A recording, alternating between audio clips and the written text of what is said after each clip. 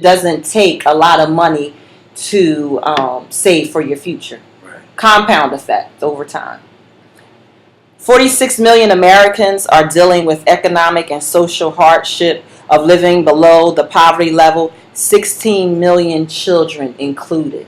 Can you say that again? Wow. 46 million Americans are dealing with economic and social hardship of living below the poverty level, and 16 million children are included. And the funny thing, I'm thinking now, how many of those people have Jordans or Coach bag or Prada? Right. I'm thinking about this Nelson Mandela quote here. Poverty is not an accident like slavery and apartheid. It is man-made and can be removed by the actions of human beings. So it can be removed. But just being knowledgeable, I guess it just goes back to what are your goals and what are your dreams, Right. and putting a financial plan in place to achieve. Plan ahead.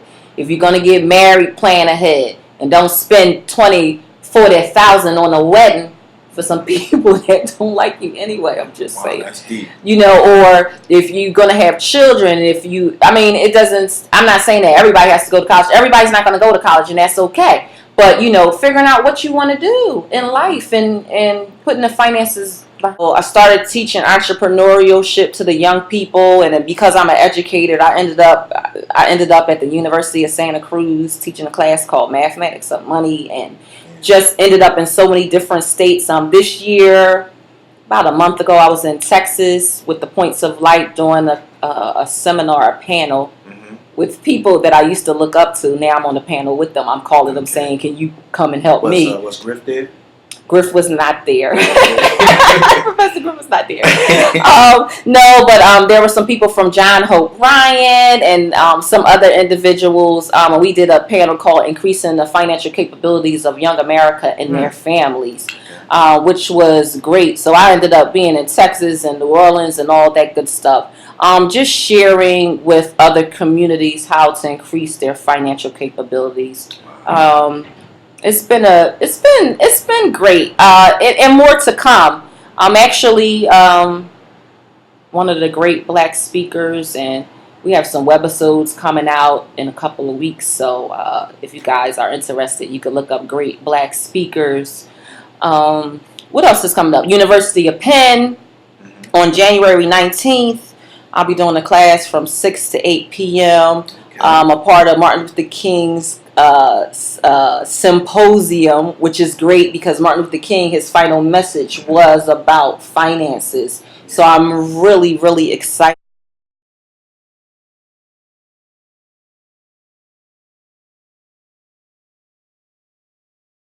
So it's so important to know what it is that you want to do and plan it and start to visualize it, even when it's bad, even when you only got 3 cents in your pocket. Like, just visualizing that it won't always be like it is today, because it won't.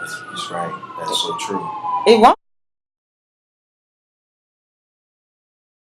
Special guest is Dr. Leslie Grace. So Dr. Leslie Grace, you wanted to share something with the listeners? Oh, definitely. I just wanted to share some elements of financial well-being. There are actually 4 elements of financial well-being, but 2 of them, security and freedom of choice. Security is control over your day-to-day and monthly expenses, finances. So, just monitoring what you're doing. I think it's so important, to have board meetings with your family. What are your goals? What is the financial goal of the family? You and your wife, what is it? Talking about it and planning it. Also, the capacity to absorb a financial shock. So that's security. Making sure you have control over the day-to-day and monthly finances and the capacity to absorb a financial shock. What I mean by a financial shock, maybe something happened to the car. Maybe something happened to the roof. Just being able to springboard from that, being prepared for that. oftentimes they say you should have 6 months in reserve in case you lose your job or in case of an emergency. So security is so important. And then we have freedom of choice, financial freedom to make choices to enjoy life. What are our families doing? What are our children doing? Right. Parents, where are you gearing them towards? Are you prepared for college? Are you putting money away from them for them? Since they are little. That's what my dad did for me, which I'm thankful. He started putting money away from me when I was 3 or 4 years old. Shout out to your dad. That's big stuff. I didn't realize how huge that was until I got older. Daddy thought about me, even though he wasn't here to even see it. He still thought about my future, and I think that's important. That is important. You never know what may happen. So planning for your family when death come, unfortunately, and it's coming. How is your family gonna sit financially when that happens? Are you able to bury the people? Do you have to put up a collection plate? You need donations to bury people. After you die, is the family gonna be all right for 2 to 3 years? Straight up. I want to thank Dr. Leslie Grace for coming tonight to the session. You have any last words, or let the people know where they can find you? So where can you guys find me? I'm on Twitter at what's my Twitter? I think that's funny. Should know my Twitter. I'm always tweeting. But anyway, my email is drlesliegrace@gmail.com.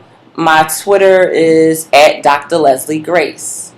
And you guys can send me an email. You guys can follow me on Twitter. I'm also on Facebook, Dr. Leslie Grace.